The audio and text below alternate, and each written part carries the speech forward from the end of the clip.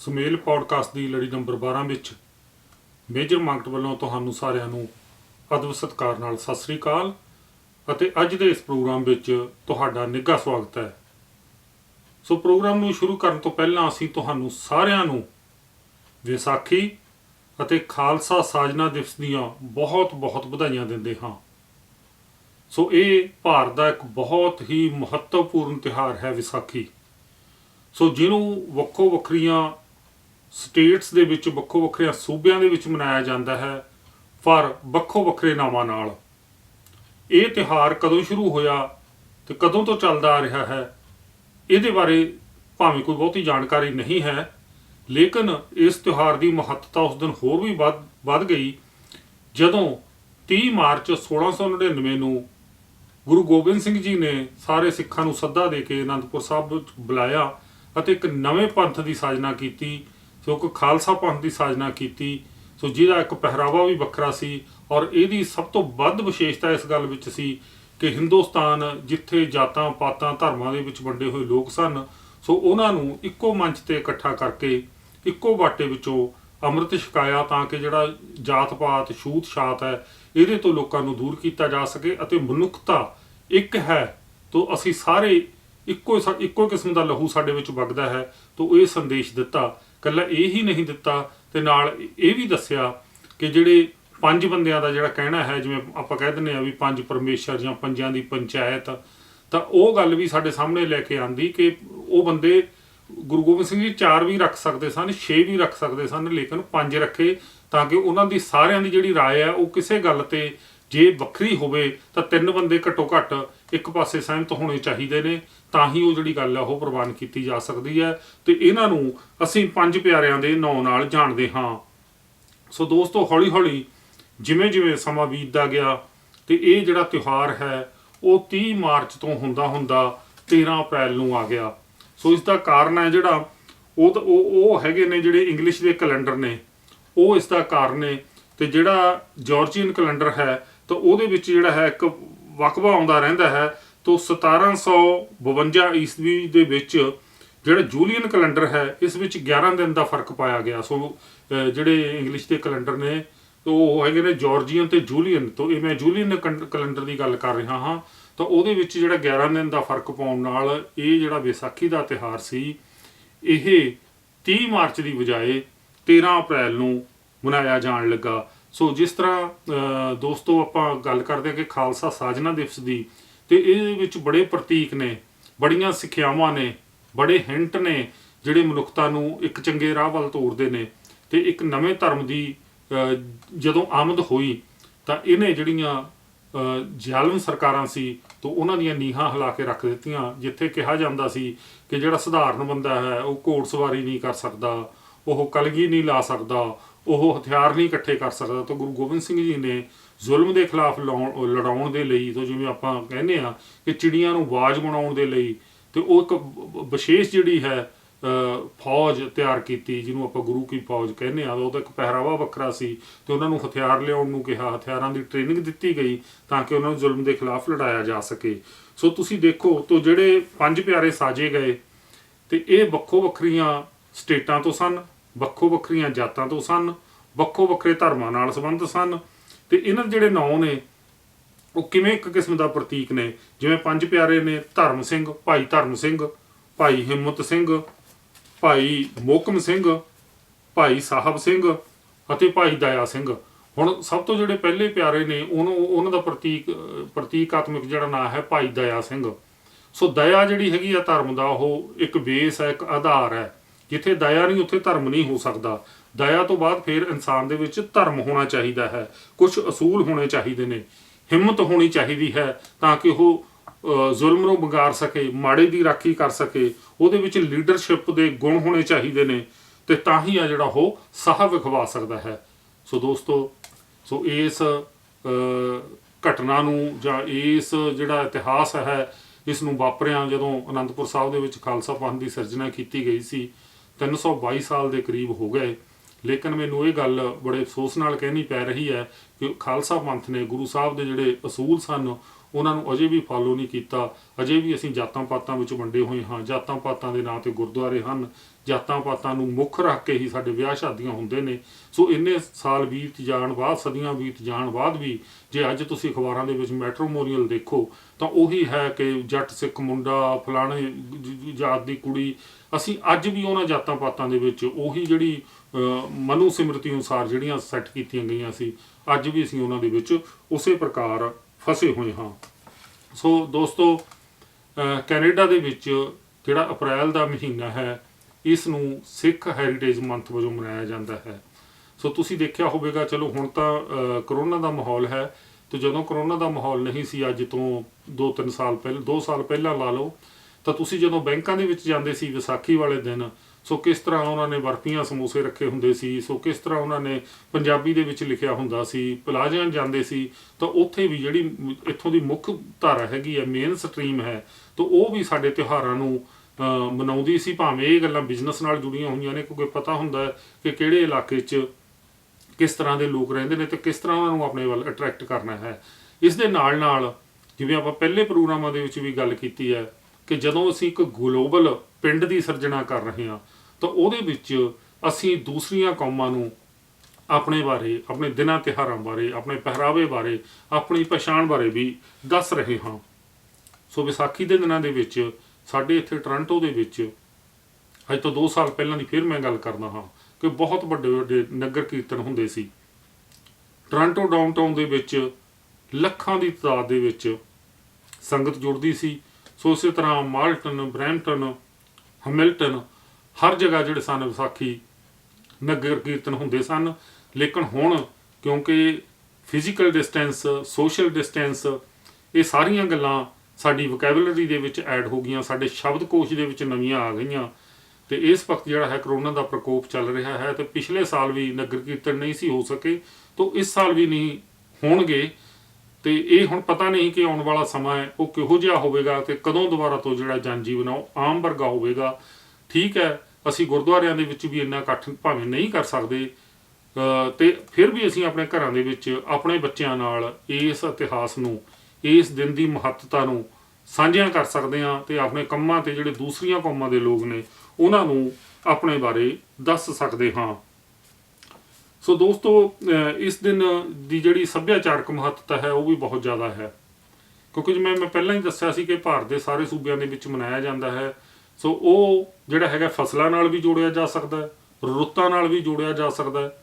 ਜਿਵੇਂ ਸੂਰਜ ਹੈ, ਸੂਰਜ ਜਿਹੜਾ ਸਾਡਾ ਸੌਰ ਮੰਡਲ ਹੈ, ਉਸ ਨੂੰ 12 ਭਾਗਾਂ ਦੇ ਵਿੱਚ ਵੰਡਿਆ ਹੋਇਆ ਹੈ, ਤੇ 12 ਭਾਗ ਨੇ ਜਿਹੜੇ ਉਹ ਜਦੋਂ ਸੂਰਜ ਇੱਕ ਖਿੱਤੇ 'ਚੋਂ ਨਿਕਲ ਕੇ ਦੂਜੇ ਵਿੱਚ ਪ੍ਰਵੇਸ਼ ਕਰਦਾ ਹੈ, ਉਹਦੇ ਨਾਲ ਮਹੀਨੇ ਬਦਲਦੇ ਨੇ, ਜਿਨ੍ਹਾਂ ਨੂੰ ਆਪਾਂ ਰਾਸ਼ੀਆਂ ਕਹਿੰਦੇ ਹਾਂ।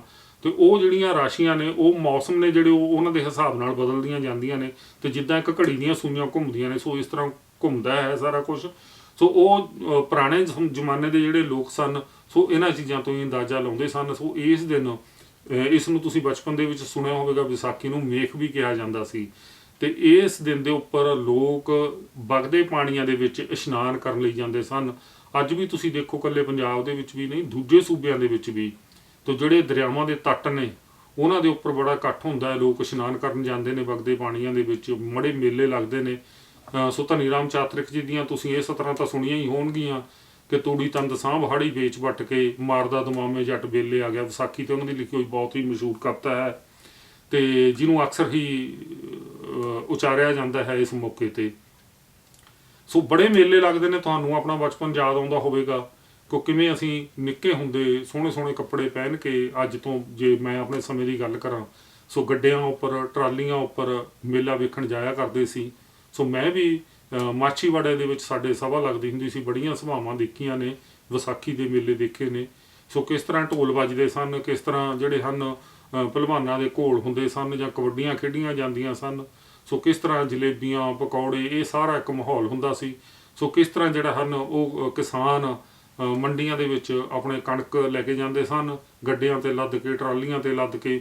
ਕਿਸ ਤਰ੍ਹਾਂ ਨਵੀਂ ਖਰੀਦੋ ਫਰੋਖਤ ਹੁੰਦੀ ਸੀ, ਕਿਸ ਤਰ੍ਹਾਂ ਘਰਾਂ ਦੇ ਵਿੱਚ ਕਣਕਾਂ ਦੇ ਬੋਝ ਲੱਗੇ ਹੁੰਦੇ ਸੀ।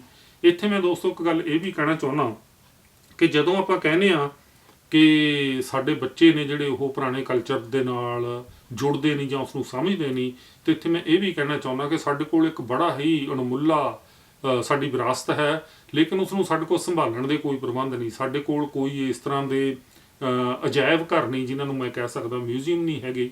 ਤੇ ਮੈਂ ਇੱਥੇ ਕੈਨੇਡਾ ਦੇ ਵਿੱਚ ਦੇਖਿਆ ਕਿ ਇਹਨਾਂ ਨੇ ਖੇਤੀਬਾੜੀ ਦੇ ਉੱਪਰ, ਕਿਸਾਨੀ ਦੇ ਉੱਪਰ, ਵਿਗਿਆਨ ਦੇ ਉੱਪਰ ਹਰ ਤਰ੍ਹਾਂ ਦੇ ਮਿਊਜ਼ੀਅਮ ਬਣਾਏ ਹੋਏ ਨੇ। ਤੇ ਮੈਂ ਪਿੱਛੇ ਜੇ ਇੱਥੇ ਇੱਕ ਮਿਊਜ਼ੀਅਮ ਦੇ ਵਿੱਚ ਗਿਆ ਤਾਂ ਜਿਹੜਾ ਐਗਰੀਕਲਚਰ ਨਾਲ ਸੰਬੰਧਿਤ ਸੀਗਾ, ਤੇ ਮੈਂ ਦੇਖਿਆ ਉੱਥੇ ਜਿਹੜੇ ਹਲ, ਪੰਜਾਲੀਆਂ, ਦਾਤੀਆਂ, ਤੰਗਲੀਆਂ, ਸਲੰਗਾਂ ਪਈਆਂ ਸੀ, ਉਹ ਬਿਲਕੁਲ ਸਾਡੇ ਨਾਲ ਮਿਲਦੀਆਂ ਜੁਲਦੀਆਂ ਸੀ।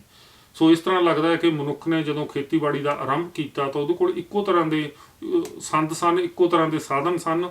ਲੇਕਿਨ ਜੇ ਅਸੀਂ ਅੱਜ ਬੱਚਿਆਂ ਨੂੰ ਉਹ ਚੀਜ਼ਾਂ ਦਿਖਾਉਣੀਆਂ ਹੋਣ ਤਾਂ ਸਾਡੇ ਕੋਲ ਜਿਹੜਾ ਹੈ ਇਸ ਗੱਲ ਨੂੰ ਦਿਖਾਉਣ ਲਈ ਕੋਈ ਵੀ ਇਸ ਤਰ੍ਹਾਂ ਦਾ ਅਜਾਇਬ ਘਰ ਜਾਂ ਕੋਈ ਵੀ ਇਸ ਤਰ੍ਹਾਂ ਦੀ ਜਗ੍ਹਾ ਨਹੀਂ ਹੈ। ਸੋ ਦੋਸਤੋ, ਜਿੱਥੇ ਆਪਾਂ ਵਿਸਾਖੀ ਨੂੰ ਖਾਲਸਾ ਸਾਜਨਾ ਦਿਵਸ ਦੇ ਤੌਰ ਤੇ ਜਾਂ ਇੱਕ ਸੱਭਿਆਚਾਰਕ ਤਿਉਹਾਰ ਦੇ ਤੌਰ ਤੇ ਮਨਾਉਂਦੇ ਹਾਂ, ਤਾਂ ਦੋਸਤੋ ਇਸ ਦਿਨ ਦੇ ਨਾਲ ਇੱਕ ਹੋਰ ਬੜੀ ਹੀ ਇਤਿਹਾਸਕ ਤੇ ਦਰਦਨਾਕ ਘਟਨਾ ਜੁੜੀ ਹੋਈ ਹੈ। ਸੋ ਉਹ ਹੈਗਾ 13 ਅਪ੍ਰੈਲ 1919 ਨੂੰ ਜਲਿਆਂਵਾਲੇ ਬਾਗ ਦਾ ਸਾਕਾ। 13 ਅਪ੍ਰੈਲ 1919 ਨੂੰ ਜਲਿਆਂਵਾਲੇ ਬਾਗ ਦੇ ਵਿੱਚ ਜਦੋਂ ਕਿ ਇੱਕ ਆਜ਼ਾਦੀ ਲਈ ਕਾਨਫਰੰਸ ਹੋ ਰਹੀ ਸੀ, ਸਤਪਾਲ ਨੂੰ ਜਿਹੜਾ ਹੈਗਾ ਉਹ ਗ੍ਰਿਫਤਾਰ ਕਰ ਲਿਆ ਗਿਆ ਸੀ, ਸੈਫੂਦੀਨ ਕਿਚਲੂ, ਤੇ ਉਹਨਾਂ ਨੇ ਬੋਲਣਾ ਸੀ ਤੇ ਲੋਕਾਂ ਦਾ ਭਰਵਾਂ ਇਕੱਠ ਸੀ, ਮੇਲੇ ਦਾ ਦਿਨ ਸੀ। ਤੇ ਕਿਵੇਂ ਜਿਹੜਾ ਜਨਰਲ ਡਾਇਰ ਉਹ ਗੁੱਸੇ ਦੇ ਵਿੱਚ ਭਰਿਆ ਪੀਤੇ ਆਇਆ ਤੇ ਆਉਣ ਸਾਰ ਉਹਨੇ ਲੋਕਾਂ ਦੇ ਉੱਪਰ ਗੋਲੀ ਭਰਾਉਣੀ ਸ਼ੁਰੂ ਕਰ ਦਿੱਤੀ, ਜਿਹਦੇ ਵਿੱਚ ਸੈਂਕੜੇ ਲੋਕ ਮਰ ਗਏ। ਸੋ ਜੇ ਤੁਸੀਂ ਉੱਥੇ ਜਲਿਆਂਵਾਲੇ ਬਾਗ ਦੇ ਵਿੱਚ ਗਏ ਹੋਵੋ ਤੇ ਉਹ ਖੂਹ ਉੱਥੇ ਅੱਜ ਵੀ ਮੌਜੂਦ ਹੈ, ਕਿਵੇਂ ਉਹ ਲਾਸ਼ਾਂ ਨਾਲ ਭਰ ਗਿਆ, ਕਿਵੇਂ ਥਾਂ ਥਾਂ ਜਿਹੜੀ ਅੰਨ੍ਹੇਵਾਹ ਗੋਲੀ ਚਲਾਈ ਗਈ।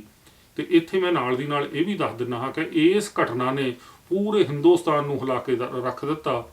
ਤਾਂ ਊਧਮ ਸਿੰਘ ਨੇ ਜਦੋਂ ਸਰ ਮਾਈਕਲ ਐਡਵਾਇਰ ਨੂੰ ਮਾਰਿਆ ਤਾਂ ਉਹ ਇਸੇ ਗੱਲ ਦਾ ਬਦਲਾ ਸੀ। ਤਾਂ ਉਹ ਮਾਰਨਾ ਤਾਂ ਚਾਹੁੰਦਾ ਸੀ, ਉਹ ਸਜ਼ਾ ਤਾਂ ਦੇਣੀ ਚਾਹੁੰਦਾ ਸੀ ਜਨਰਲ ਡਾਇਰ ਨੂੰ, ਲੇਕਿਨ ਜਨਰਲ ਡਾਇਰ ਆਪਣੀ ਮੌਤੇ ਮਰ ਚੁੱਕਿਆ ਸੀ। ਤਾਂ ਜਿਹੜਾ ਸਰ ਮਾਈਕਲ ਐਡਵਾਇਰ ਹੈ, ਸੋ ਇੱਥੇ ਕਈ ਵਾਰ ਸਾਡੇ ਜਿਹੜੇ ਗੀਤਕਾਰ ਨੇ ਜਾਂ ਜਿਹੜੇ ਲਿਖਣ ਵਾਲੇ ਨੇ ਉਹ ਦੋਨਾਂ ਵਿਅਕਤੀਆਂ ਨੂੰ ਇਕੱਠੇ ਕਰ ਦਿੰਦੇ ਨੇ। ਜਨਰਲ ਡਾਇਰ ਹੋਰ ਵਿਅਕਤੀ ਹੈ ਤੇ ਜਿਹੜਾ ਗਵਰਨਰ ਸਰ ਮਾਈਕਲ ਐਡਵਾਇਰ ਹੈ ਉਹ ਹੋਰ ਵਿਅਕਤੀ ਹੈ। ਤੇ ਕਈ ਵਾਰ ਤੁਸੀਂ ਗੀਤਾਂ ਦੇ ਵਿੱਚ ਵੀ ਸੁਣਿਆ ਹੋਣਾ ਕਿ ਊਧਮ ਸਿੰਘ ਨੇ ਜਨਰਲ ਡਾਇਰ ਨੂੰ ਗੋਲੀ ਮਾਰੀ। ਸੋ ਜਨਰਲ ਡਾਇਰ ਨੂੰ ਗੋਲੀ ਨਹੀਂ ਸੀ ਮਾਰੀ, ਤਾਂ ਸਰ ਮਾਈਕਲ ਐਡਵਾਇਰ ਨੂੰ ਗੋਲੀ ਮਾਰੀ ਉਹਨਾਂ ਨੇ ਮਾਰੀ ਸੀ। ਸੋ ਇਹ ਸਾਨੂੰ ਯਾਦ ਰੱਖਣਾ ਚਾਹੀਦਾ ਹੈ। ਤਾਂ ਅੱਜ ਦਾ ਜਿਹੜਾ ਦਿਨ ਹੈ, ਵਿਸਾਖੀ ਦਾ ਜਿਹੜਾ ਦਿਨ ਹੈ, ਅੱਜ ਦਾ ਨਹੀਂ ਮੈਂ ਕਹੂੰਗਾ, ਵਿਸਾਖੀ ਦਾ ਜਿਹੜਾ ਦਿਨ ਹੈ, ਇਹ ਸਾਡੇ ਸਾਰਿਆਂ ਲਈ ਇੱਕ ਬਹੁਤ ਹੀ ਇਤਿਹਾਸਕ, ਬਹੁਤ ਹੀ ਪਵਿੱਤਰ ਦਿਨ ਹੈ। ਸੱਭਿਆਚਾਰ ਨਾਲ ਵੀ ਜੁੜਿਆ ਹੋਇਆ, ਧਰਮ ਨਾਲ ਵੀ ਜੁੜਿਆ ਹੋਇਆ, ਅਤੇ ਸਾਡੀ ਜਿਹੜੀ ਇਹ ਸ਼ਹੀਦੀ ਦਿਨ ਨੇ, ਸਾਡੀਆਂ ਯਾਦਗਾਰਾਂ ਨੇ, ਸਾਡੇ ਇਤਿਹਾਸ ਨਾਲ ਵੀ ਜੁੜਿਆ ਹੋਇਆ ਇਹ ਇੱਕ ਬਹੁਤ ਹੀ ਮਹੱਤਵਪੂਰਨ ਦਿਨ ਹੈ। ਸੋ ਦੋਸਤੋ, ਪ੍ਰੋਗਰਾਮ ਨੂੰ ਅੱਗੇ ਤੋਰਨ ਤੋਂ ਪਹਿਲਾਂ ਮੈਂ ਤੁਹਾਡੇ ਨਾਲ ਕੁਝ ਹੋਰ ਸੰਦੇਸ਼ ਵੀ ਸਾਂਝੇ ਕਰਨਾ ਚਾਹੁੰਦਾ ਹਾਂ, ਜਿਹਦੇ ਵਿੱਚ ਇੱਕ ਸ਼ੋਕ ਸੰਦੇਸ਼ ਹੈ। ਸਾਡੇ ਦੋਹਾਂ ਪੰਜਾਬਾਂ ਦੇ ਬਹੁਤ ਹੀ ਮਾਣਮੱਤੇ ਗਾਇਕ ਜਨਾਬ ਸ਼ੌਕਤ ਅਲੀ ਸਾਹਿਬ ਪਿਛਲੇ ਦਿਨੀ ਸਾਨੂੰ ਵਿਛੋੜਾ ਦੇ ਗਏ। ਸੋ ਉਹਨਾਂ ਨੂੰ ਦੋਹਾਂ ਪੰਜਾਬਾਂ ਦੇ ਵਿੱਚ ਬੜਾ ਪਿਆਰ ਕੀਤਾ ਜਾਂਦਾ ਸੀ। ਸੋ ਉਹਨਾਂ ਦਾ ਜਿਹੜਾ ਜਨਮ ਹੈ 3 ਮਈ 1944 ਨੂੰ ਹੋਇਆ ਅਤੇ ਮੌਤ ਹੈ ਜਿਹੜੀ ਉਹ 2 ਅਪ੍ਰੈਲ 2021 ਨੂੰ ਹੋ ਗਈ।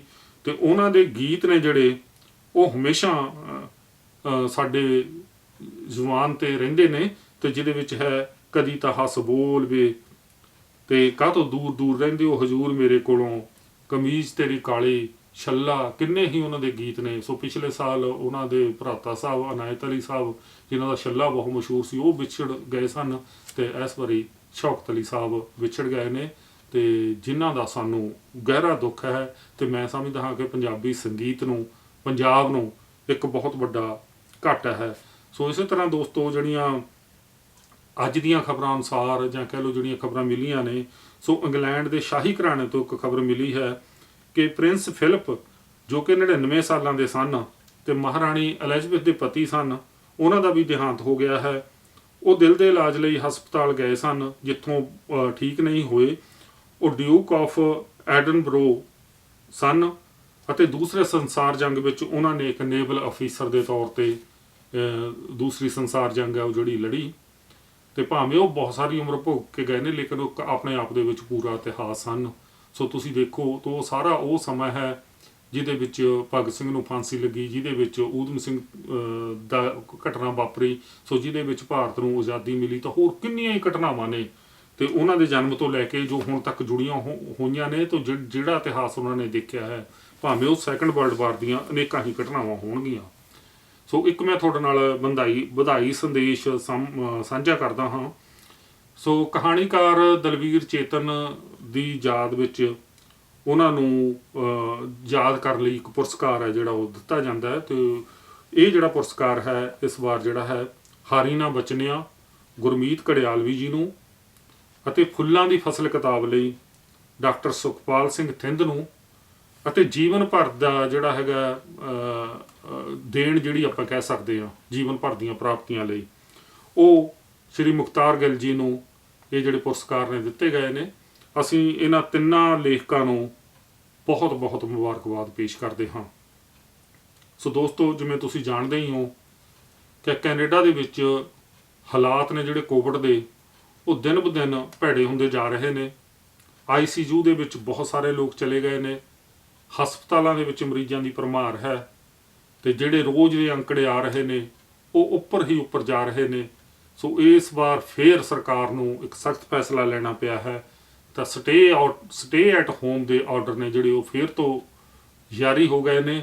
ਤੁਸੀਂ ਆਪਣੇ ਘਰਾਂ ਤੋਂ ਨਹੀਂ ਨਿਕਲਣਾ। ਅਗਰ ਤੁਸੀਂ ਆਪਣੇ ਘਰਾਂ ਤੋਂ ਨਿਕਲੋਗੇ ਬਗੈਰ ਕਿਸੇ ਕੰਮ ਤੋਂ, ਬਾਹਰ ਅੰਦਰ ਘੁੰਮੋਗੇ ਬਗੈਰ ਕਿਸੇ ਗੱਲ ਤੋਂ, ਤਾਂ ਤੁਹਾਨੂੰ ਭਾਰੀ ਜੁਰਮਾਨੇ ਅਤੇ ਸਜ਼ਾ ਹੋ ਸਕਦੀ ਹੈ। ਸੋ ਅਸੀਂ ਤੁਹਾਨੂੰ ਇਹੋ ਬੇਨਤੀ ਕਰਾਂਗੇ ਕਿ ਜ਼ਰੂਰੀ ਕੰਮ ਤੋਂ ਬਗੈਰ, ਆਪਣੀਆਂ ਜੌਬਾਂ ਤੋਂ ਬਗੈਰ, ਜੇ ਤੁਸੀਂ ਸਿਰਫ ਗਰੋਸਰੀ ਲੈਣ ਜਾ ਸਕਦੇ ਹੋ ਜਾਂ ਤੁਸੀਂ ਡਾਕਟਰ ਦੇ ਜਾਂ ਕੋਈ ਦਵਾਈ ਚੁੱਕਣ ਜਾ ਸਕਦੇ ਹੋ, ਤਾਂ ਜਿਹਦਾ ਤੁਹਾਡੇ ਕੋਲ ਪ੍ਰੂਫ ਹੋਣਾ ਚਾਹੀਦਾ ਹੈ ਅਗਰ ਤੁਹਾਨੂੰ ਪੁਲਿਸ ਰੋਕ ਲੈਂਦੀ ਹੈ। ਸੋ ਇਸ ਤੋਂ ਇਲਾਵਾ ਤੁਸੀਂ ਆਪਣੇ ਘਰਾਂ ਦੇ ਵਿੱਚ ਰਹੋ ਤਾਂ ਕਿ ਇਸ ਬਿਮਾਰੀ ਨੂੰ ਠੱਲ ਪਾਈ ਜਾ ਸਕੇ। ਸੋ ਇਹ ਵੀ ਤੁਹਾਨੂੰ ਪਤਾ ਹੀ ਹੈ ਕਿ ਸਕੂਲ ਦੁਬਾਰਾ ਫਿਰ ਤੋਂ ਬੰਦ ਕਰ ਦਿੱਤੇ ਗਏ ਹਨ। ਸਾਡੇ ਪੀਲ ਏਰੀਏ ਦੇ ਵਿੱਚ ਵੀ, ਟੋਰਾਂਟੋ ਦੇ ਵਿੱਚ ਵੀ ਜਿਹੜੇ ਸਕੂਲ ਨੇ ਉਹ ਦੁਬਾਰਾ ਫਿਰ ਤੋਂ ਬੰਦ ਹੋ ਗਏ ਨੇ। ਤਾਂ ਇਹਦਾ ਵੀ ਇਹੀ ਕਾਰਨ ਹੈ ਤਾਂ ਕਿ ਸਾਡੇ ਬੱਚੇ ਨੇ ਜਿਹੜੇ ਉਹਨਾਂ ਨੂੰ ਬਚਾ ਕੇ ਰੱਖਿਆ ਜਾ ਸਕੇ, ਇਸ ਮਹਾਮਾਰੀ ਦਾ ਸ਼ਿਕਾਰ ਹੋਣ ਤੋਂ ਉਹਨਾਂ ਨੂੰ ਬਚਾਇਆ ਜਾ ਸਕੇ। ਇਸ ਦੇ ਨਾਲ ਜਿਹੜੀ ਗੌਰਮੈਂਟ ਹੈ ਉਹ ਬੜੀਆਂ ਕੋਸ਼ਿਸ਼ਾਂ ਦੇ ਨਾਲ ਵੈਕਸੀਨ ਜਿੱਥੋਂ ਵੀ ਮਿਲ ਰਹੀ ਹੈ ਉਹ ਲਿਆ ਰਹੀ ਹੈ। ਤਾਂ ਵੈਕਸੀਨ ਕੇਂਦਰ ਨੇ, ਜਿਹੜੇ ਵੈਕਸੀਨ ਸਟੇਸ਼ਨ ਨੇ, ਉਹ ਥਾਂ ਖੁੱਲ੍ਹ ਗਏ ਨੇ। ਹੁਣ ਤਾਂ ਇਹ ਵੀ ਪਤਾ ਲੱਗਿਆ ਕਿ ਬੜੀ ਜਲਦੀ ਜਿਹੜੀ ਉਮਰ ਦੀਆਂ ਹੱਦਾਂ ਨੇ ਉਹ ਘਟਾਈਆਂ ਜਾ ਰਹੀਆਂ ਨੇ। 55 ਸਾਲ ਤੋਂ ਉੱਪਰ ਸੀ ਪਹਿਲਾਂ, 60 ਤੋਂ ਉੱਪਰ ਦੇ ਲੋਕ ਤਕਰੀਬਨ ਇੱਕ ਜਿਹੜਾ ਡੋਜ਼ ਆ ਉਹ ਲਵਾ ਚੁੱਕੇ ਨੇ। ਲੇਕਿਨ ਆਉਣ ਵਾਲੇ ਦਿਨਾਂ ਦੇ ਵਿੱਚ ਇਹ ਵੀ ਪਤਾ ਲੱਗਿਆ ਕਿ ਜਿਹੜੇ ਯੰਗ ਜਨਰੇਸ਼ਨ ਹੈ ਤੇ ਉਸ ਦੇ ਲਈ ਵੀ ਵੈਕਸੀਨ ਖੋਲ੍ਹ ਦਿੱਤੀ ਜਾਵੇਗੀ। ਤੇ ਤੁਸੀਂ ਟੈਲੀਵਿਜ਼ਨ ਵੇਖਦੇ ਹੋ ਜਾਂ ਕਿਤੇ ਵੀ ਖਬਰਾਂ ਪੜ੍ਹਦੇ ਹੋ, ਇਸ ਗੱਲ ਤੇ ਨਿਗਾਹ ਰੱਖੋ। ਤੇ ਜੇ ਤੁਸੀਂ ਇਸ ਉਮਰ ਦੇ ਵਿੱਚ ਆਉਂਦੇ ਹੋ ਤਾਂ ਆਪਣੀ ਵੈਕਸੀਨ ਬੁੱਕ ਕਰਵਾ ਕੇ ਅਪੁਆਇੰਟਮੈਂਟ ਤੁਰੰਤ ਲਓ, ਭਾਵੇਂ ਉਹ ਕਿਸੇ ਵੀ ਕਿਸਮ ਦੀ ਵੈਕਸੀਨ ਹੈਗੀ ਆ। ਅਫਵਾਹਾਂ ਦੇ ਵਿੱਚ ਨਾ ਆਓ ਤਾਂ ਕਿ ਤੁਹਾਡਾ ਜਿਹੜਾ ਪਰਿਵਾਰ ਹੈ ਤੁਸੀਂ ਉਹ ਸੁਰੱਖਿਅਤ ਰਹੋ ਅਤੇ ਇਸ ਬਿਮਾਰੀ ਨੂੰ ਆਪਾਂ ਅੱਗੇ ਹੋਰ ਫੈਲਣ ਤੋਂ ਰੋਕੀਏ। ਸੋ ਦੋਸਤੋ, ਸਮਾਂ ਭਾਵੇਂ ਤੇਜ਼ੀ ਨਾਲ ਦੌੜ ਰਿਹਾ, ਲੇਕਿਨ ਫਿਰ ਮੈਂ ਤੁਹਾਨੂੰ ਥੋੜ੍ਹੀਆਂ ਜਿਹੀਆਂ ਹੋਰ ਜਿਹੜੀਆਂ ਗੱਲਾਂ ਨੇ ਉਹ ਇਸ ਬਾਰੇ ਕਰੂੰਗਾ। ਸੋ ਆਪਾਂ ਵਿਸਾਖੀ ਦੀ ਗੱਲ ਕਰਦੇ ਸੀ। ਸੋ ਵਿਸਾਖੀ ਦੇ ਵਿੱਚ ਵਿਸਾਖੀ ਦੇ ਨਾਲ ਜੁੜਿਆ ਹੋਇਆ ਸਾਡਾ ਜਿਹੜਾ ਸੱਭਿਆਚਾਰ ਹੈ, ਤਾਂ ਉਹ ਜਦੋਂ ਮੈਂ ਪਿਛੋਕੜ ਤੇ ਨਿਗਾਹ ਮਾਰਦਾ, ਮੈਂ ਕਹਿੰਦਾ ਸੀਗਾ ਵੀ ਸਾਡੇ ਕੋਲ ਕੋਈ ਸਾਡੀ ਵਿਰਾਸਤ ਨੂੰ ਸਾਂਭਣ ਦੇ ਲਈ ਕੋਈ ਸਾਡੇ ਕੋਲ ਬਹੁਤੇ ਮਿਊਜ਼ੀਅਮ ਨਹੀਂ ਹਨ। ਸੋ ਜਦੋਂ ਮੈਂ ਆਪਣੇ ਬਚਪਨ ਦੀ ਗੱਲ ਕਰਦਾ ਹਾਂ, ਮੈਂ ਦੇਖਦਾ ਹਾਂ ਕਿ ਜਦੋਂ ਕਣਕਾਂ ਦੀ ਵਾਢੀ ਹੁੰਦੀ ਸੀ, ਲੋਕ ਦਾਤੀਆਂ ਨਾਲ ਜਿਹੜਾ ਕਣਕਾਂ ਵੱਢਦੇ ਸਨ। ਕਹਿੰਦੇ ਸੀ ਆਈ ਵਿਸਾਖੀ ਚੁੱਕ ਲੈ ਦਾਤੀ। ਵਿਸਾਖੀ ਵਾਲੇ ਦਿਨ ਕਣਕ ਨੂੰ ਹੱਥ ਕੀਤਾ ਜਾਂਦਾ ਸੀ, ਜਿਹਨੂੰ ਕਹਿੰਦੇ ਸੀ। ਸੋ ਬੜਾ ਇੱਕ ਹੁਲਾਸ ਹੁੰਦਾ ਸੀ ਕਿਉਂਕਿ ਆਮਦਨ ਜੁੜੀ ਹੋਈ ਸੀ ਇਹਦੇ ਨਾਲ, ਕਣਕ ਵਿਕਦੀ ਸੀ, ਪੈਸੇ ਆਉਂਦੇ ਸੀ ਤਾਂ 6 ਮਹੀਨੇ ਦਾ ਖਰਚਾ ਚੱਲਦਾ ਸੀ ਅਗਲੇ ਦਾ। ਸੋ ਉਸ ਦਿਨ ਜਿਹੜੀਆਂ ਮਾਤਾਵਾਂ ਹੁੰਦੀਆਂ ਸੀ ਉਹਨਾਂ ਨੇ ਪ੍ਰਸ਼ਾਦ ਬਣਾਉਣਾ ਤੇ ਕਣਕ ਦੀ ਜਿਹੜੀ ਵਾਢੀ ਆ ਉਹ ਸ਼ੁਰੂ ਹੋਣੀ। ਤੇ ਉਸ ਤੋਂ ਪਹਿਲਾਂ ਤਾਂ ਕਿਵੇਂ ਪਿੰਡਾਂ ਦੇ ਵਿੱਚ ਜਿਹੜੀਆਂ ਬੇੜਾਂ ਵੱਟੀਆਂ ਜਾਂਦੀਆਂ ਸੀ, ਬਾਣ ਲਿਆਏ ਜਾਂਦੇ ਸੀ, ਕਿਸ ਤਰ੍ਹਾਂ ਉਹਨਾਂ ਨੂੰ ਪਾਣੀ ਦੇ ਵਿੱਚ ਭਿਓਇਆ ਜਾਂਦਾ ਸੀ। ਤਾਂ ਇਹ ਸਾਰਾ ਮਾਹੌਲ ਤੁਸੀਂ ਆਪ ਵੀ ਦੇਖਿਆ ਹੋਣਾ। ਸੋ ਫਿਰ ਕਿਸ ਤਰ੍ਹਾਂ ਜਿਹੜਾ ਹੈਗਾ ਉਹ ਕਣਕਾਂ ਦੇ ਫੜੇ ਲਾਉਂਦੇ ਸੀ, ਕਣਕਾਂ ਗਾਉਂਦੇ ਸੀ। ਕਣਕਾਂ ਜਦੋਂ ਗਾਹ ਲਈਆਂ ਜਾਂਦੀਆਂ ਸੀ ਫਿਰ ਧੜ ਉਡਾਉਂਦੇ ਸੀਗੇ। ਤੇ ਉਹ ਜਿਹੜੀਆਂ ਤੰਗਲੀਆਂ ਹੁੰਦੀਆਂ ਸੀ, ਉਹ ਜਿਹੜੀਆਂ ਸਲੰਗਾਂ ਹੁੰਦੀਆਂ ਸੀ, ਜਿਹੜਾ ਹੋਰ ਸਮਾਨ ਇਹਨਾਂ ਚੀਜ਼ਾਂ ਨਾਲ ਜੁੜਿਆ ਹੋਇਆ ਸੀ, ਇਹ ਸਾਰਾ ਵਿਸਰਦਾ ਜਾ ਰਿਹਾ। ਸਾਡੇ ਬੱਚਿਆਂ ਨੂੰ ਇਹਨਾਂ ਚੀਜ਼ਾਂ ਬਾਰੇ ਨਹੀਂ ਪਤਾ ਲੱਗੇਗਾ ਜੇ ਸਾਡੇ ਕੋਲ ਉਹਨਾਂ ਨੂੰ ਦੱਸਣ ਲਈ ਜਾਂ ਦਿਖਾਉਣ ਲਈ ਕੁਝ ਨਹੀਂ ਹੋਵੇਗਾ। ਸੋ ਇਸੇ ਤਰ੍ਹਾਂ ਦੋਸਤੋ, ਜਿਹੜੀ ਕਣਕ ਦੀ ਗਹਾਈ ਹੈ ਉਹਦਾ ਵੀ ਇੱਕ ਇਤਿਹਾਸ ਹੈ। ਮੈਂ ਤੁਹਾਨੂੰ ਪਿੱਛੇ ਇੱਕ ਪ੍ਰੋਗਰਾਮ ਦੇ ਵਿੱਚ ਕਿਤਾਬ ਦਿਖਾਈ ਸੀ ਤੇ ਇੱਥੇ ਇੱਕ ਕਿਤਾਬ ਲਿਖੀ ਹੋਈ ਹੈ ਵੀ ਐਗਰੀਕਲਚਰ ਦੀ ਹਿਸਟਰੀ, ਐਗਰੀਕਲਚਰ ਦਾ ਇਤਿਹਾਸ। ਅਸੀਂ ਸੋਚਦੇ ਹਾਂ ਕਿ ਇਤਿਹਾਸ ਸਿਰਫ ਬੰਦਿਆਂ ਦਾ ਹੀ ਹੁੰਦਾ, ਨਹੀਂ ਦੋਸਤੋ, ਇਤਿਹਾਸ ਕਲਚਰ ਦਾ ਵੀ ਹੁੰਦਾ, ਸੱਭਿਆਚਾਰ ਦਾ ਵੀ ਹੁੰਦਾ। ਸੋ ਕਿਵੇਂ ਜਿਹੜਾ ਹੈਗਾ ਪਹਿਲਾਂ ਉਹ ਕਣਕਾਂ ਨੇ ਜਿਹੜੀਆਂ ਕੁੱਟੀਆਂ ਜਾਂਦੀਆਂ ਸੀ, ਬੱਲੀਆਂ ਝਾੜੀਆਂ ਜਾਂਦੀਆਂ ਸੀ, ਜਾਂ ਬਲਦ ਨੇ ਜਿਹੜੇ ਉਹਨਾਂ ਦੇ ਉੱਪਰ ਚ ਉਹਨਾਂ ਦੇ ਘੁਮਾਏ ਜਾਂਦੇ ਸੀ ਤਾਂ ਕਿ ਜਿਹੜੇ ਦਾਣੇ ਨੇ ਉਹ ਬੱਲਾਂ ਦੇ ਵਿੱਚੋਂ ਨਿਕਲ ਸਕਣ। ਤੇ ਫਿਰ ਜਿਹੜਾ ਹੈਗਾ ਟੋਕਾ ਕੁਤਰੀਆਂ ਮਸ਼ੀਨਾਂ ਆਈਆਂ, ਉਹ ਸਿਰਫ ਟੋਕਾ ਕਰਦੀਆਂ ਸੀਗੀਆਂ, ਟੋਕਾ ਕਰਕੇ ਘੁੰਡੀਆਂ ਅੱਡ ਰਹਿ ਜਾਂਦੀਆਂ ਸੀ, ਤੂੜੀ ਅੱਡ ਰਹਿ ਜਾਂਦੀ ਸੀ, ਤੇ ਧੜਾਂ ਉਡਾਈਆਂ ਜਾਂਦੀਆਂ ਸੀਗੀਆਂ ਤਾਂ ਦਾਣੇ ਅੱਡ ਕੱਢੇ ਜਾਂਦੇ ਸਨ। ਹਵਾ ਤੇ ਨਿਰਭਰ ਕਰਦਾ ਸੀ, ਹਵਾ ਰੁਕ ਜਾਂਦੀ ਸੀ ਤਾਂ ਜਿਹੜਾ ਕਿਸਾਨ ਦਾ ਕੰਮ ਹੈ ਉਹ ਵੀ ਵਿੱਚੇ ਰੁਕ ਜਾਂਦਾ ਸੀ। ਤੇ ਫਿਰ ਡਰਮੀਆਂ ਆਈਆਂ, ਡਰਮੀ ਆ ਜਿਹੜੀ ਉਹ ਰਗੜਦੀ ਸੀ, ਤੂੜੀ ਆ ਜਿਹੜੀ ਉਹਦੇ ਨਾਲ ਵਧੀਆ ਬਣਦੀ ਸੀ। ਤੇ ਫਿਰ ਥ੍ਰੈਸ਼ਰ ਆਏ, ਥ੍ਰੈਸ਼ਰ ਤੋਂ ਬਾਅਦ ਕੰਬਾਈਨਾਂ ਆਈਆਂ। ਸੋ ਇਹ ਹੁਣ ਦਾ ਜਿਹੜਾ ਯੁੱਗ ਹੈ ਇਹ ਕੰਬਾਈਨਾਂ ਦਾ ਯੁੱਗ ਹੈ। ਅੱਗੇ ਕੀ ਹੋਵੇਗਾ? ਤੁਸੀਂ ਜਦੋਂ ਕੈਨੇਡਾ ਦੇ ਵਿੱਚ ਦੇਖਦੇ ਹੋ, ਕੈਨੇਡਾ ਦੇ ਵਿੱਚ ਤਾਂ ਹੁਣ ਮਸ਼ੀਨਾਂ ਹੀ ਇਸ ਤਰ੍ਹਾਂ ਦੀਆਂ ਆ ਗਈਆਂ, ਤਾਂ ਮਸ਼ੀਨ ਆਉਂਦੀ ਆ, ਸਾਰਾ ਕੰਮ ਇੱਕੋ ਟਾਈਮ ਕਰ ਦਿੰਦੀ ਆ, ਤੂੜੀ ਵੀ ਸਾਂਭ ਲੈਂਦੀ ਆ, ਭਰੀਆਂ ਵੀ ਬੰਨ੍ਹ ਦਿੰਦੀ ਆ, ਤੇ ਕਣਕ ਵੀ ਅੱਡ ਕੱਢ ਦਿੰਦੀ ਆ, ਨਾਲ ਦੀ ਨਾਲ ਉਹ ਸਾਰਾ ਕੁਝ ਇੱਕੋ ਟਾਈਮ ਹੁੰਦਾ। ਤੇ ਇਹ ਜਿਹੜਾ ਸਿਸਟਮ ਹੈ ਇਹ ਭਾਰਤ ਦੇ ਵਿੱਚ ਕਦੀ ਵੀ ਆ ਸਕਦਾ, ਤੇ ਜੇ ਉੱਥੇ ਖੇਤੀਬਾੜੀ ਦਾ ਜਿਹੜਾ ਕੰਮ ਉਹ ਚੱਲਦਾ ਰਿਹਾ। ਪਰ ਦੁੱਖ ਇਸ ਗੱਲ ਦਾ ਹੈ ਕਿ ਉੱਥੇ ਜਿਹੜਾ ਇਹ ਐਡਵਾਂਸ ਕਲਚਰ ਹੈ ਤੇ ਉਹਨੂੰ ਬਾਈਪਾਸ ਕਰਨਾ ਚਾਹੁੰਦਾ ਹੈ ਭਾਰਤ, ਤੋਂ ਚਾਹੁੰਦਾ ਹੈ ਕਿ ਸਿੱਧਾ ਹੀ ਜਿਹੜਾ ਖੇਤੀਬਾੜੀ ਸੈਕਟਰਾਂ ਨੂੰ ਖਤਮ ਕਰਕੇ ਤੇ ਬਾਈਪਾਸ ਕਰ ਦਿੱਤਾ ਜਾਵੇ। ਸੋ ਇਸੇ ਕਰਕੇ ਜਿਹੜੇ ਕਿਸਾਨ ਨੇ ਉਹ ਧਰਨਿਆਂ ਤੇ ਬੈਠੇ ਨੇ। ਹਾਲਾਂਕਿ ਜਿਹੜਾ ਹਾੜੀ ਦਾ ਮੌਸਮ ਹੈ ਇਹਦੇ ਵਿੱਚ ਕਹਿੰਦੇ ਨੇ ਕਿ ਅਗਰ ਕਿਸਾਨ ਦੇ ਘਰੇ ਕੋਈ ਮੌਤ ਵੀ ਹੋ ਜਾਵੇ ਤੇ ਉਹਨੂੰ ਵੀ ਸਮੇਟਣ ਦਾ, ਡੈੱਡ ਬੋਡੀ ਨੂੰ ਸਮੇਟਣ ਦਾ ਉਹਦੇ ਕੋਲ ਸਮਾਂ ਨਹੀਂ ਸੀ ਹੁੰਦਾ, ਤੇ ਕਈ ਕਹਾਵਤਾਂ ਤੁਸੀਂ ਸੁਣੀਆਂ ਨੇ। ਲੇਕਿਨ ਹਾਲਾਤ ਹੁਣ ਇਹ ਪੈਦਾ ਹੋ ਗਏ ਨੇ ਕਿ ਕਣਕਾਂ ਪੱਕੀਆਂ ਖੜੀਆਂ ਨੇ, ਮੌਸਮ ਖਰਾਬ ਹੈ, ਲੇਕਿਨ ਕਿਸਾਨ ਹੈ ਜਿਹੜਾ ਉਹ ਧਰਨੇ ਤੇ ਆਪਣੇ ਹੱਕਾਂ ਲਈ ਬੈਠਾ ਹੈ। ਤੇ ਕਿਸ ਤਰ੍ਹਾਂ ਦਾ ਜਿਹੜਾ ਸਮਾਂ ਉਹ ਆ ਗਿਆ ਹੈ। ਸੋ ਇਹ ਸਾਨੂੰ ਦੋਸਤੋ ਸਾਰੀਆਂ ਚੀਜ਼ਾਂ ਨੇ ਜਿਹੜੀਆਂ ਸਮਝਣੀਆਂ ਪੈਣਗੀਆਂ, ਤੇ ਬੱਚਿਆਂ ਨੂੰ ਇਹ ਗੱਲ ਦੱਸਣੀ ਪਊਗੀ ਕਿ ਇਹਨਾਂ ਚੀਜ਼ਾਂ ਦਾ ਕੀ ਮਹੱਤਤਾ ਹੁੰਦਾ। ਸਾਡਾ ਜਿਹੜਾ ਐਗਰੀਕਲਚਰ ਦਾ ਇਤਿਹਾਸ ਹੈ ਉਹ ਕੀ ਹੈ। ਸੋ ਦੋਸਤੋ ਸਮਾਂ ਕਾਫੀ ਹੋ ਗਿਆ, ਲੇਕਿਨ ਫਿਰ ਵੀ ਆਪਾਂ ਇੱਕ ਦੋ ਗੱਲਾਂ ਹੋਰ ਕਰਦੇ ਹਾਂ। ਤੇ ਤੁਸੀਂ ਦੇਖਿਆ ਹੋਣਾ ਕਿ ਬਹੁਤ ਸਾਰੇ ਲੋਕ ਨੇ ਜਿਹੜੇ ਬਿਨਾਂ ਮਤਲਬ ਤੋਂ ਘਰਾਂ ਤੋਂ ਬਾਹਰ ਅਕਸਰ ਜਾਂਦੇ ਰਹਿੰਦੇ ਨੇ। ਖਾਸ ਕਰਕੇ ਜੇ ਤੁਸੀਂ ਵਾਲਮਾਰਟ ਜਾਂ ਕਾਸਕੋ ਵਰਗੇ ਸਟੋਰਾਂ ਤੇ ਜਾਵੋ ਤਾਂ ਤੁਸੀਂ ਭੀੜਾਂ ਦੇਖ ਕੇ ਹੈਰਾਨ ਰਹਿ ਜਾਂਦੇ ਸੀ, ਤੇ ਤੁਸੀਂ ਕਹਿੰਦੇ ਸੀ ਕਿ ਬਾਹਰ ਤਾਂ ਜਿਹੜੇ ਹਨ ਉਹ ਐਮਰਜੈਂਸੀ ਵਰਗੇ ਹਾਲਾਤ ਨੇ, ਲੇਕਿਨ ਸਾਰੀ ਦੁਨੀਆ ਇੱਥੇ ਇੰਨਾ ਜਿਹੜਾ ਇਕੱਠ ਹੈ, ਏਡੀਆਂ ਲੰਬੀਆਂ ਲਾਈਨਾਂ ਕਿਉਂ ਨੇ। ਤੇ ਇਹ ਵੀ ਦੋਸਤੋ ਤੁਹਾਨੂੰ ਪਤਾ ਲੱਗ ਹੀ ਗਿਆ ਹੋਣਾ ਕਿ ਤੁਸੀਂ ਇਹਨਾਂ ਸਟੋਰਾਂ ਦੇ ਵਿੱਚ ਹੁਣ ਗਰੋਸਰੀ ਤੋਂ ਇਲਾਵਾ ਕੁਝ ਨਹੀਂ ਲੈਣ ਜਾ ਸਕਦੇ, ਕਿਉਂਕਿ ਬਾਕੀ ਸਾਰੇ ਸੈਕਸ਼ਨ ਨੇ ਜਿਹੜੇ ਉਹ ਬੰਦ ਕਰ ਦਿੱਤੇ ਗਏ ਨੇ। ਸੋ ਮੈਂ ਤੁਹਾਨੂੰ ਇਹੀ ਕਹੂੰਗਾ ਕਿ ਆਪਣੇ ਘਰ ਰਹੋ, ਆਪਣੇ ਪਰਿਵਾਰਾਂ 'ਚ ਰਹੋ, ਤੋਂ ਸੁਰੱਖਿਅਤ ਰਹੋ, ਤਾਂ ਕਿ ਜਿਹੜਾ ਕੋਵਿਡ ਹੈ ਮਹਾਮਾਰੀ ਇਹਨੂੰ ਆਪਾਂ ਫੈਲਣ ਤੋਂ ਰੋਕ ਸਕੀਏ। ਸੋ ਮੈਂ ਕੁਝ ਦੋਸਤਾਂ ਦੇ ਧੰਨਵਾਦ ਕਰਨਾ ਚਾਹੁੰਦਾ ਤੇ ਜਿਨ੍ਹਾਂ ਨੇ ਸਾਨੂੰ ਸੁਨੇਹੇ ਭੇਜੇ ਨੇ ਤੇ ਇਸ ਪ੍ਰੋਗਰਾਮ ਨੂੰ ਸਲਾਹਿਆ ਹੈ।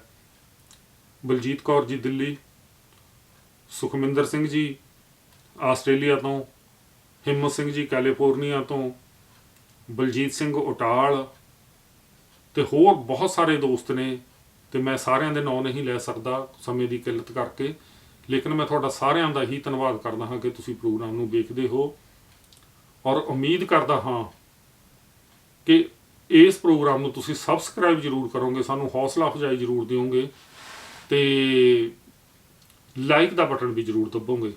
ਤੇ ਇਹ ਜਿਹੜੀਆਂ ਚੀਜ਼ਾਂ ਨੇ ਇਹ ਭਾਵੇਂ ਕੋਈ ਬਹੁਤੀ ਮਹੱਤਤਾ ਨਹੀਂ ਰੱਖਦੀਆਂ, ਲੇਕਿਨ ਇਹ ਸਾਨੂੰ ਹੌਸਲਾ ਦਿੰਦੀਆਂ ਨੇ ਤੇ ਪ੍ਰੋਗਰਾਮ ਨੂੰ ਲੋਕਾਂ ਵਿੱਚ ਵੱਧ ਤੋਂ ਵੱਧ ਜਾਣ ਲਈ ਸਹਾਈ ਹੁੰਦੀਆਂ ਨੇ। ਤੇ ਤੁਹਾਨੂੰ ਸਾਰਿਆਂ ਨੂੰ ਇੱਕ ਵਾਰੀ ਫੇਰ ਵਿਸਾਖੀ ਦੀਆਂ ਅਤੇ ਖਾਲਸਾ ਸਾਜਨਾ ਦਿਵਸ ਦੀਆਂ ਬਹੁਤ ਬਹੁਤ ਮੁਬਾਰਕਾਂ। ਆਪਣੇ ਘਰਾਂ ਦੇ ਵਿੱਚ ਰਹਿ ਕੇ ਇਸ ਤਿਉਹਾਰ ਨੂੰ ਮਨਾਓ, ਇਤਿਹਾਸ ਨੂੰ ਸਾਂਝਾ ਕਰੋ, ਤੇ ਇਸ ਦੀ ਜਿਹੜੀ ਮਹੱਤਤਾ ਹੈ, ਇਸ ਦੇ ਪਿੱਛੇ ਜਿਹੜੀਆਂ ਲੁਕੇ ਹੋਏ ਸੰਦੇਸ਼ ਨੇ, ਤੇ ਇਨਸਾਨੀਅਤ ਨੂੰ ਬਿਹਤਰ ਬਣਾਉਣ ਲਈ ਜਿਹੜੀਆਂ ਗੱਲਾਂ ਨੇ, ਤੇ ਉਹਨਾਂ ਨੂੰ ਜ਼ਰੂਰ ਅਪਣਾਓ। ਤੇ ਮੇਰੇ ਵੱਲੋਂ ਯਾਨੀ ਕਿ ਮੇਜਰ ਮੰਗਟ ਵੱਲੋਂ ਇੱਥੇ ਹੀ ਪ੍ਰੋਗਰਾਮ ਦੀ ਸਮਾਪਤੀ। ਤੁਹਾਨੂੰ ਸਾਰਿਆਂ ਨੂੰ ਆਦਰ ਸਤਿਕਾਰ ਨਾਲ ਸਤਿ ਸ੍ਰੀ ਅਕਾਲ।